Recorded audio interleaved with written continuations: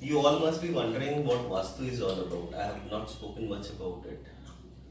The usual myth is it's a spiritual practice which comes from our Vedas and all. While this is correct, we need to also understand our Vedas were one of the most scientific things.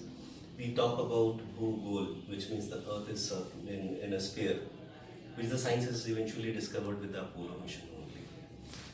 We are talking about Jupiter being Jyeshtha, which means it is the biggest of the planet in our solar system. We have been talking about Earth revolving around Sun, which is known since a long time in our Vedas. So while we come from the Vedas, it is still a wonderful scientific thing. And Vastu is all about inclusion of the Mother Nature into your house. We have different directions which have different aspects that they bring into the house. Like the north is a water element, northwest is representing air, Vayu. Southeast represent Agni.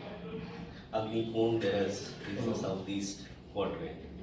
So southwest is called Niruti, which is the Grihaswami's place. It is the place of the ancestors. Like this, every direction which we use here is representing of the 10, representing one or other component. So while I don't want to go too deep into this, I would want you to understand why I am saying Vastu is a pure science. Now I have got a set of equipment that I am laying out here. I'll introduce you to these equipment one after another for you to understand how scientifically we prove what we talk. So this is a laser-based thermometer which I used. This shows the temperature both in Fahrenheit as well as in centigrade. So all that I need to do is I press the gun's pointer here and there will be a laser beam which shall get generated. Can you show it at the screen here at the back? So this is the laser beam. It won't come in the camera. So documents. So can you come here and show the temperature at the back?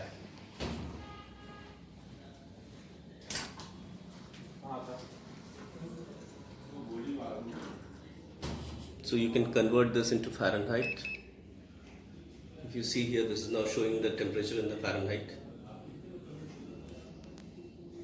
Okay, so I drop this back. The next one I'm talking about is a decibel meter. Hello, hello.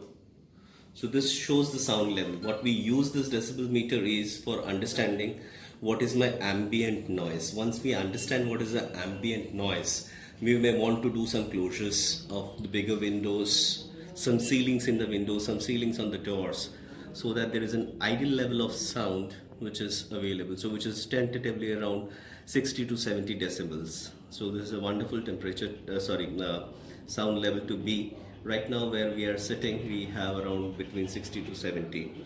There is a lesser of the ambient noise. However, we have some traffic noise out here and the scale is crossing 70 at times. However, still it's not disturbing. And we are sitting at the extreme outer side of this office. That's why you are able to see a little of noise. But when you get inside the office area, which is in the internal sides, you will not have these sides.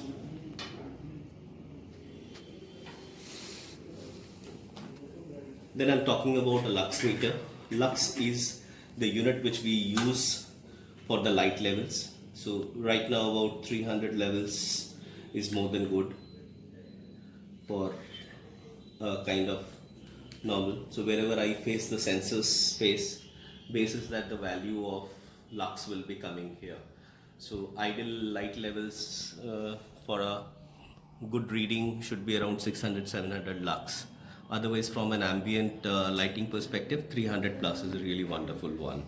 So if I see from an ambient perspective, if you see here, and the ambient lighting is more than 400, 500. So the moment I'm panning it out, it is crossing 700. So it's a wonderful lumens that we may need in an office area. While we go inside, we may have different values which I can see. Next, this is a trifield meter.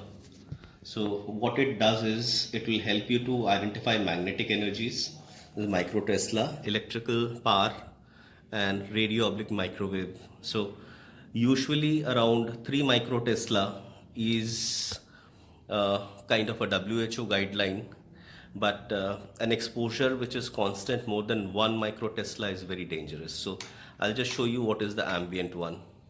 Right now here it is, this is the scale in which we are reading. So we are just around 1 plus. So the moment Rishabh, you get your mobile nearer, I believe this fluctuations would increase. Can you see this? Yes. So this is going above 2. So while we go down to a refrigerator or something else, you may find something different. So okay, so I'm checking some radio and microwave levels, which is also minimal here. While we go down to an electronic equipment which is working, maybe in the server room, you will see a different class of readings. I'll show you that. This is called a lacquer meter. So what we do is we attach a mass here. The mass is to check some energies. And now what classes of energies this detects is varying. So the scale of 1 to 18 can almost detect anything in this world. From a physical level to a spiritual level to a subtle level. It can talk about water being available around the ground, there is a metal available on the ground, there is a body which is available inside the ground buried. You may not be physically seeing it. It will find about telluric energy, cosmic energy, hydral energy, solar energy, anything that is prevalent. On top of it, the bigger purpose for which we use this lacquer meter is to find out the fault lines of the earth. So typically I don't want to cover up this topic too much into deep, but there are earth fault lines which are available, which is called stress lines. We have got Curry grids, Hartmann grids. While these are different grids which are created on the earth, and they run in a perfect square or a diagonally created square kinds, they intercept each other. So like assumingly this is the Hartmann grids thing, the Curry grid may run this. So assumingly if one of the line is available in your house and they run at a gap of around 3 to 4, 5 meters, 7 meters, 10 meters kinds, each line. So now assumingly one of the line is available in your house and you sleep on the top of it, it is going to be really dangerous. So we identify those lines where they come on a plot. And we advise not to be constantly exposed to those lines. While we talk about that, if you sit on a quadrant which is created using either of the two of a Hartmann grid line, so if you are there on that junction where we have two lines joining, it is further more dangerous. Now further compounding it, I am talking about a Hartmann grid like this. There is a Curry grid which is running like this. If you sit on a conjunction which is created using Hartmann and Curry grid, trust me for this, you will be guaranteed having either a neurological disorder or you will have cancer.